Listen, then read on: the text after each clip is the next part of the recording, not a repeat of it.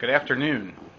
My name is Scott Reitmeyer, and today I would like to talk about the debate that men and women in Congress are having over whether to increase the debt ceiling and the president, the debate that's being had between them.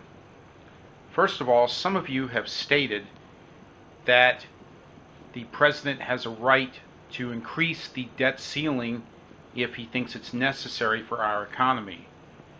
This is false. This belief comes from ignorance and from those of you who believe that not having actually read your Constitution. Now, let me clear this up for you. Congress, which was elected by the people, and in the election of 2010, was elected by the conservatives in Congress were elected by a majority of the people. Now, Congress absolutely does not have to negotiate not 1 ounce with the president.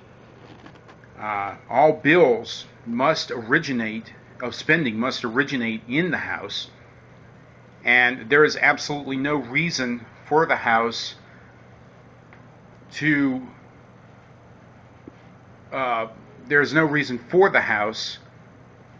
negotiate with this president at all. Now, the solution for our debt is very simple. It's actually really, really simple. It lies within the Constitution of the United States. Because the Constitution, in Article 1, Section 8, it outlines the 18 things that Congress is allowed to lay and collect taxes for. It's very simple. It's black and white, and it is a simplistic issue.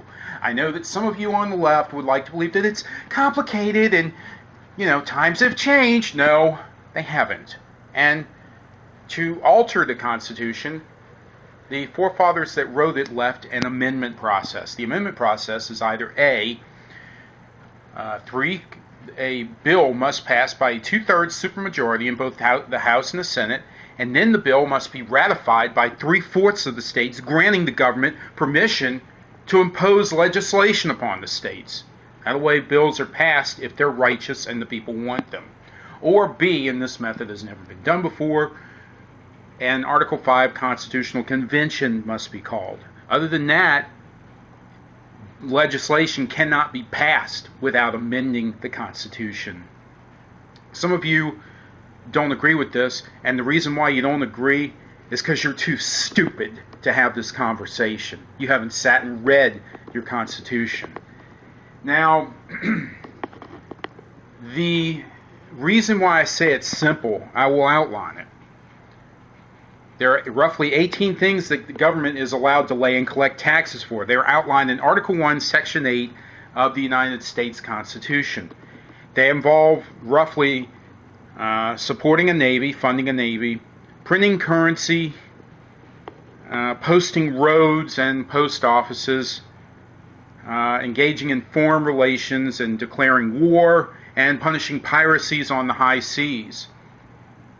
Now, so other than printing currency and building roads and punishing piracies on the high seas and funding the navy, the federal government doesn't really have a lot to do. So therefore, it shouldn't be doing the things that it's doing. Now, this is really simple. If bureaucracies that are utterly and completely useless, like the EPA and the NEA, and funding the United Nations and funding welfare and WIC and food stamps, if all that was cut out, well, then the budget would be really streamlined. And notice, I didn't mention Social Security. Social Security, I have a plan for that too. Now, this is really simple. If government wasn't engaging in all the things that it's not supposed to be doing, its budget would be streamlined. And the people that are on Social Security could be paid back the actual amount that they're owed, that they put in, rather than a stipend.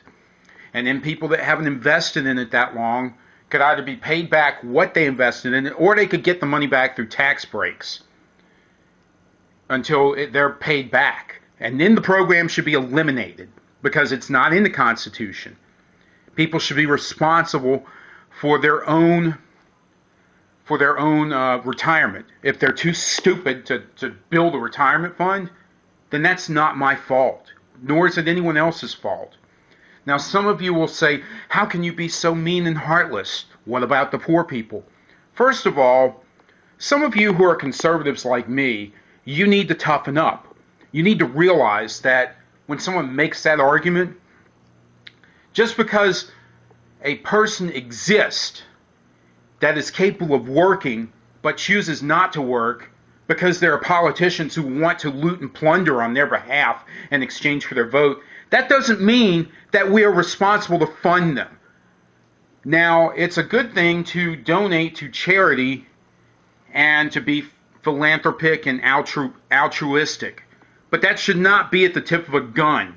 And I'm not responsible for funding someone for the rest of their natural life because they're a Democrat voter. Now, the altruism should not be forced. So the solution to the debt problem is actually very simple. It's outlined in the Constitution. Eliminate everything that is not outlined in the Constitution, and there is no reason why Congress should not do that. And the president, of course, will veto it, and then the American people can decide who they want to get rid of. I am not for bipartisanship unless that bipartisanship involves constitutional behavior. I am not for just agreeing for the sake of agreeing. In fact, it makes me nauseated. So, to say that Congress should try to get along with the president, no, I don't believe that at all. I don't believe that. I think that Congress should do what it was elected to do and start taking a machete, not a scalpel, a machete, a chainsaw to the deficit, to the debt, to spending. Present the bill and let him veto it. Good, he will. And then let the American people decide what they want to do, and let's see who's standing at the end of it all. I don't believe in getting along just for the sake of getting along. I believe that we are not polarized enough. As long as there are people who think that they are entitled to other people's money, we're not polarized enough. Anyway, that's all I have to say about that. I hope that Congress remains firm and doesn't back down and cuts a lot of bureaucracies. I want massive unemployment in the government sector. Anyway, have a good day. Thank you.